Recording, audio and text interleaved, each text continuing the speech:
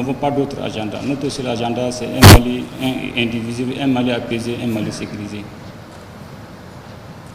Et toute action pouvant mettre cela en péril, nous allons l'empêcher.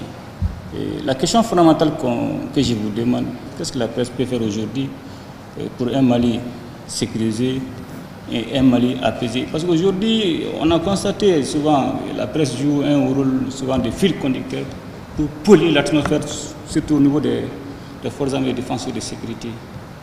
Et nous devons prendre garde. On n'a pas deux armées, on n'a qu'une seule armée, qui est la FAMA. Et toute action tendant à les démoraliser va avoir des conséquences néfastes à Bamako et dans les autres régions. Raison pour laquelle vous devez prêcher la bonne parole. On ne vous dit pas d'inventer, au moins de vous renseigner. Parce que souvent, quand on est sur le chat des opérations, quand on donne une information, vous allez voir la même information tourne et va vous revenir à la fin. C'est pour dire que souvent les gens ne se donnent pas la peine, le temps de vérifier les informations. Et sur ce, on vous demande effectivement de nous aider à stabiliser, de nous aider à apaiser la situation.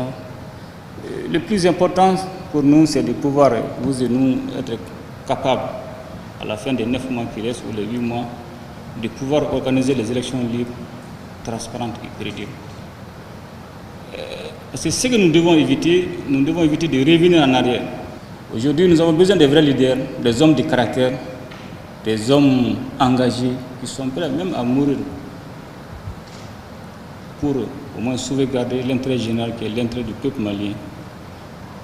Donc aujourd'hui, le Mali a besoin de ce sursaut, surtout au niveau de la presse, de cette mobilisation pour notre nation, pour qu'il n'y ait plus de dérives, pour que nous puissions au moins stabiliser, pour que les 9 mois qui nous restent, nous parvenons à organiser des élections.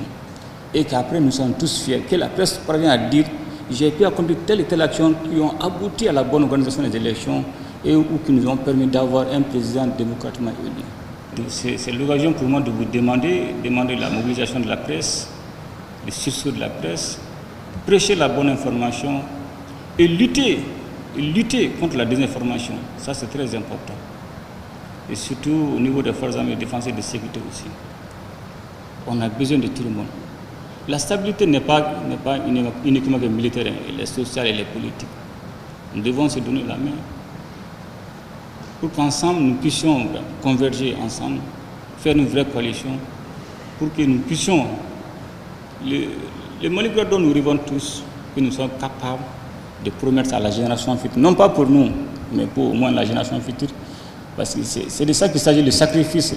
Beaucoup de gens parlent de sacrifice, mais en réalité, quand les choses sérieuses arrivent, ils ne sont pas prêts. On ne peut pas s'aimer quelque chose aujourd'hui puis récolter. On préfère être au charbon, mais permettre à la génération future d'avoir les bénéfices, les avantages, mais pas pour nous. Mais tant qu'on veut tout faire, on veut tout avoir, on ne va pas s'en sortir. Et nous comptons sur la presse malienne de faire cette différence aujourd'hui dont on a besoin. Non pas pour faire des éloges sur moi, je n'en ai pas besoin, mais de faire tout pour qu'on puisse sauvegarder l'intérêt général. Pour que nous puissions ensemble construire notre nation. Aujourd'hui, il y a trop d'enjeux autour du Mali. C'est des enjeux politiques stratégiques. Donc, c'est que sûr et certain, si nous ne prenons pas garde, on risquera de regretter un événement qui Dieu nous engage. Donc, tous ces enjeux qui sont autour du Mali, c'est à nous de comprendre, de se donner la main pour que vraiment nous soyons fiers pour notre nation. C'est que sur certains, le poste de Premier ministre qui sera donné au M5RFP, le Premier ministre qui sera nommé dans les jours à venir va mener une large consultation pour qu'ensemble nous puissions mettre un mouvement de consensus. Donc, merci une fois de plus. Qu'Allah protège le Mali et bénisse les Maliens.